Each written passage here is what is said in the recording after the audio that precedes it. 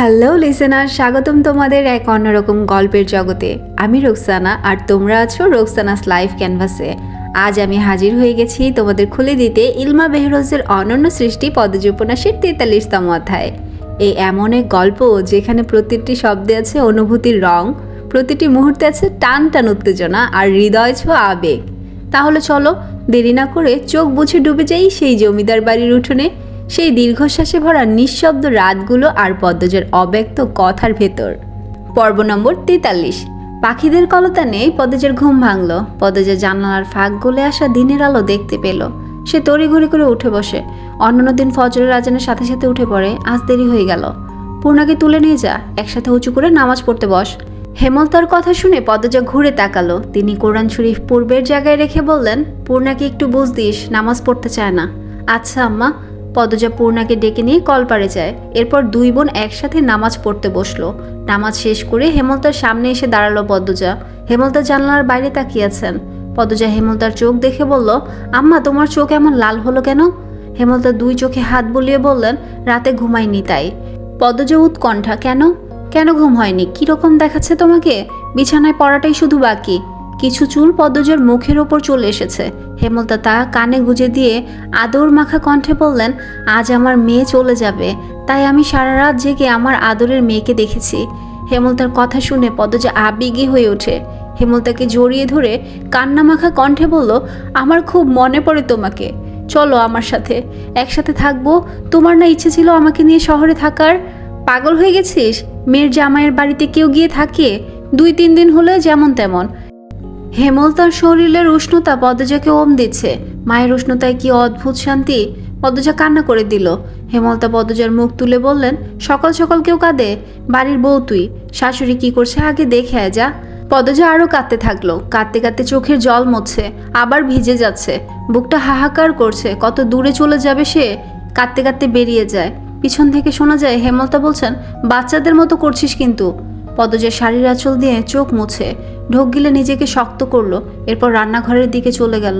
পদ্মজা ঘর ছাড়তেই হেমলতার চোখ বেয়ে 2 ফোঁটা জল গড়িয়ে পড়ে। তিনি দ্রুত জল মোছেন। পালঙ্কের দিকে চেয়ে দেখেন পূর্ণা চিত হয়ে ঘুমাচ্ছে। কখন ঘুমালো? হেমলতার হাসি পেয়ে গেল। তিনি কাঁথা দিয়ে পূর্ণাকে ঢেকে দিলেন। পদ্মজা রান্নাঘরে ঢুকতেই ফরিনা মুখ ঝামটালেন, আইসো কেন? যাও ঘুমাও গিয়া। কখন এত দেরি হয়ে গেছে বুঝিনি, মিনমিন করে বলল পদ্মজা। বুঝবা কেন, মা আইসে তো, হাওড়ির লগে তো আর মায়ের মতো মিশতে মন চায় না। পদ্মজা অবাক হয়ে তাকালো, আবার চোখ নামিয়ে নিয়ে বলল, আমি তো মিশতেই চাই, আপনি সবসময় রেগে থাকেন। মুখের ওপর কথা কইবা না, যাও এখন। পদ্মজা ঘুরে দাঁড়ায় চলে যাওয়ার জন্য। ফরিনা তেলে বেগুনে জ্বলে উঠে বললেন, কইতেই যাইবাগা নাকি? জোর কইরা তো কাম করা উচিত, এই বুদ্ধিটা নাই? পদ্মজা স্তব্ধ হয়ে কতক্ষণ দাঁড়িয়ে থাকে। প্রতিদিন সে কাজ করার জন্য জোরাজুরি করে, কিন্তু ফরিনা করতে দেন না। এজন্যই সে এক কথায় চলে যাচ্ছিল। আর এখন কি বলছেন? সেই ব্যাপারটা হজম করে নিয়ে রান্নাঘরে ঢুকলো। ফরিনা গলার স্বর পূর্বের অবস্থানে রেখেই বললেন, হইছে, কাম করতে হইব না। এরপর তোমার মায়ে কইব দিন রাত কাম করাই তার সেরিডারে। যাও, বাড়াইয়া যাও। পদ্মজা হতভম্ব হয়ে দাঁড়িয়ে থাকে। লতিফা ঠোঁট টিপে হাসছে। ফরিনার এমন ব্যবহারের সাথে সে অভ্যস্ত। বেশ অনেকক্ষণ পর পদ্মজা বলল, আম্মা আমি করবোটা কি? পদ্মজা মাথা থেকে ঘুমটা সরে গেছে, মুখটা দেখার মতো হয়েছে। ফরিনা পদ্মজার মুখ দেখে হেসে ফেললেন, আবার দ্রুত হাসি লুকিয়েও ফেললেন। এই মেয়েটাকে তিনি অনেক আগেই ভালোবেসে ফেলেছেন। এত শান্ত, এত নম্র ভদ্র। হেমলতাকে হিংসে হয়, হেমলতার গর্ভকে হিংসে হয়। পদ্মজার ঢাকা যাওয়া নিয়ে প্রথম প্রথম ঘোর আপত্তি ছিল ফরিনার, কিন্তু এখন নেই। উপর থেকে যাই বলুন না কেন, তিনি মনে মনে চান পদ্মজা পড়তে যাক, অনেক পড়ুক, অনেক বেশি পড়ুক। এই মেয়ের জন্ম রান্নাঘরে রাধার জন্য নয়, রানীর আসনে থাকার জন্য। পদ্মজা ফরিনার 2 সেকেন্ডের মৃদু হাসি খেয়াল করেছে। সে সাহস পেল, ফরিনার কাছে এসে দাঁড়ায়। ফরিনা চোখ মুখ কুচকে প্রশ্ন করলেন, ঘ্যাসতাছো কেন? পদ্মজা শিমুল তুলার ন্যায় নরম স্বরে বলল, আমার খুব মনে পড়বে আপনাকে, আপনার বকাগুলোকে, আপনি খুব ভালো। ফরিনা তরকারির মশলা দিচ্ছিলেন, হাত থেমে যায়। পদ্মজার দিকে তাকান। পদ্মজা বলল, আমি আপনাকে একবার জড়িয়ে ধরবো আম্মা? ফরিনা কিছু বলতে পারলেন না। এই মেয়েটা এত অদ্ভুত, এত ভালো কেন? পদ্মজার চোখের দিকে চেয়ে অনুভব করেন কয়েক বছরের লুকানো ক্ষত জ্বলে উঠেছে। ক্ষতরা পদ্মজার সামনে উন্মোচন হতে চাইছে। কোনোভাবে কি যন্ত্রণাদায়ক এই ক্ষত সারাতে পারবে পদ্মজা? ভরসা করা যায়? পদ্মজার মায়া মাখা দুটো চোখ দেখে বুকে এমন তোলপাড় শুরু হয়েছে কেন? 32 বছর আগের সেই কালো রাত্রির কথা কেন মনে পড়ে গেল? যে কালো রাত্রির জন্য আজও এই সংসার, এই বাড়িকে তিনি আপন ভাবতে পারেন না, প্রতিটি মানুষের সাথে বাজে ব্যবহার করেন। সেই যন্ত্রণা কেন বুক খুঁড়ে বেরিয়ে আসতে চাইছে? উত্তরের আশায় না থেকে পদ্মজা জড়িয়ে ধরল ফরিনাকে। ফরিনা মৃদু কেঁপে উঠলেন। এরপর পদ্মজার মাথায় হাত বুলিয়ে দিলেন। পদ্মজা ফরিনার বুকে মাথা রাখতেই টের পেল ফরিনার বুক ধুকপুক ধুকপুক করছে। হাওলাদার বাড়ি থেকে ডানে 2 মিনিট হাঁটার পর ঝাউড়া নামের একটা খালের দেখা পাওয়া যায়। খালের পাড়ে দাঁড়িয়ে আছে হাওলাদার বাড়ির সবাই। ট্রলার নিয়ে মাঝি অপেক্ষা করছে। ট্রলারটি হাওলাদার বাড়ির। পদ্মজা পরনে কালো বোরকা। লাবণ্য যাবে না, সকাল থেকে তার ডায়রিয়া শুরু হয়েছে। 3-4 দিন পর আলমগীর ঢাকা নিয়ে যাবে। আজ আমির আর পদ্মজা যাচ্ছে। প্রেমাপ্রান্ত মোর্শেদ, বাসন্তী সবাই সকালে এসেছে। সবার সাথে কথা হয়েছে। পূর্ণা হেঁচকি তুলে কাঁদছে। হেমলতা পদ্মজার 2 হাত মুঠোয় নিয়ে চুমু দিলেন। তারপর বললেন, ঠিক মতো পড়বি, খাবি, স্বামীর খেয়াল রাখবি, কাঁদবি না কিন্তু, একদম কাঁদবি না। তুমি কাঁদছো কেন আম্মা?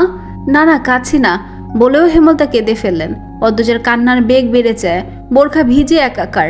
একদিকে মা, অন্যদিকে 3 ভাই বোন কেঁদেই চলেছে। হেমলতা নিজেকে নিয়ন্ত্রণের চেষ্টা করছেন, পারছেন না। পদ্মজা বলল, আর কাঁদো না আম্মা, তুমি অসুস্থ। হেমলতা ঢোক গিললেন কান্না আটকাতে। তারপর বললেন, কাঁদবো না, সাবধানে যাবি, দেরি হচ্ছে তো। আমির, নিয়ে যাও আমার মেয়েকে। যা মা, সাবধানে যাবি, নিয়মিত নামাজ পড়বি। পদ্মজা হেমলতার পা ছুঁয়ে সালাম করলো। পদ্মজার দেখা দেখে আমিরও করলো। বাড়ির সব গুরুজনদের সালাম করে ট্রলারে পা রাখতেই হেমলতার কণ্ঠে উচ্চারিত শব্দমালা ভেসে আসে। আমার প্রতিটা কথা মনে রাখবি, কখনো ভুলবি না। আমার মেয়ে যেন অন্য সবার চেয়েও গুণেও আলাদা হয়, শিক্ষায় কালি যেন না লাগে। পদ্মজা ফিরে চেয়ে বলল, ভুলবো না আম্মা, কখনো না। তুমি চোখের জল মোছো, আমাদের আবার দেখা হবে। হেমলতা 3য়বারের মতো চোখের জল মোছেন।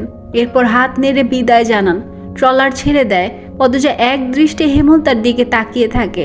হেমলতা চেয়ে থাকেন পদ্মজার দিকে। দুজনের চোখ বেয়ে অঝোর ধারায় বর্ষণ হচ্ছে। কাঁদছেন মোর্শেদ, তবে পদ্মজার জন্য কম, হেমলতার জন্য বেশি। হেমলতার দিনগুলো এখন আরও দুর্বিষহ হয়ে উঠবে। আরও কাঁদছেন ফরিনা। প্রতিদিন বাড়ি জুড়ে একটা সুন্দর মুখ, সুন্দর মনের জীবন্ত পুতুল মাথায় ঘোমটা দিয়ে আর হেঁটে বেড়াবে না। আবার মরে যাবে তার দিনগুলো, হারিয়ে যাবে সাদা কালোর ভিড়ে। মাদানী নদীর ঠান্ডা আর্দ্রতা বাতাসে মিশে ছুঁয়ে দিচ্ছে পদ্মজার মুখ। জল শুকাতে শুকাতে আবার ভিজে যাচ্ছে। আমির পদ্মজার কোমর এক হাতে জড়িয়ে ধরে বলল, এবার তো থামো। আমিরের আলতো ছোঁয়ায় পদ্মজা আরও প্রশ্রয় পেয়ে কাঁদতে থাকলো। আমির বলল, এ তো আরও বেড়ে গেছে, থামো না, আমি আছি তো। আমরা 6 মাস পর পর আসবো, অনেক দিন থেকে যাব। সত্যি তো? কাজের বাহানা দেখাবেন না? মোটেও না। আমির পদ্মজার চোখের জল মুছে দিল। এরপর চোখের পাতায় চুমু দিল। পদ্মজা নুয়ে যায়। বলল, নদীর পাড় থেকে কেউ দেখবে, কেউ দেখবে, কেউ দেখবে, কেউ দেখবে, এই কথাটা ছাড়া আর কোনো কথা পারে না আমার বউ। পদ্মজা আমিরের দিকে একবার তাকালো। এরপর চোখের দৃষ্টি সরিয়ে বলল, আমরা ট্রলার দিয়ে ঢাকা যাব। সেটা সম্ভব না, কিছুক্ষণ পরেই ট্রেনে উঠে যাব। আমির পদ্মজাকে ছোঁয়ার জন্য হাত বাড়াতেই আমিরকে হতবাক করে দিয়ে পদ্মজা ট্রলারের ভেতর ঢুকে গেল। এই ছিল আজকের 43তম পর্বের শেষ। ইলমা বেহরোজের পদ্মজা উপন্যাসের এক টুকরো আবেগ, এক চিলতে রহস্য। তোমার মন যদি গল্পে হারিয়ে গিয়ে থাকে, তবে অবশ্যই রোকসানাস লাইফ ক্যানভাসে সাবস্ক্রাইব করে ফেলো, লাইক দাও আর কমেন্টে জানাও কোন মুহূর্তটা তোমাকে সবচেয়ে বেশি ছুঁয়ে গেল। পরের পর্বে আবার দেখা হবে নতুন বাঘ, নতুন অনুভূতি আর পদ্মজার জীবনের আরেকটা গোপন দরজা খুলে দেওয়ার প্রতিশ্রুতি নিয়ে। ততক্ষণ পর্যন্ত ভালো থেকো, সুস্থ থেকো, গল্পে থেকো। আল্লাহ হাফিজ।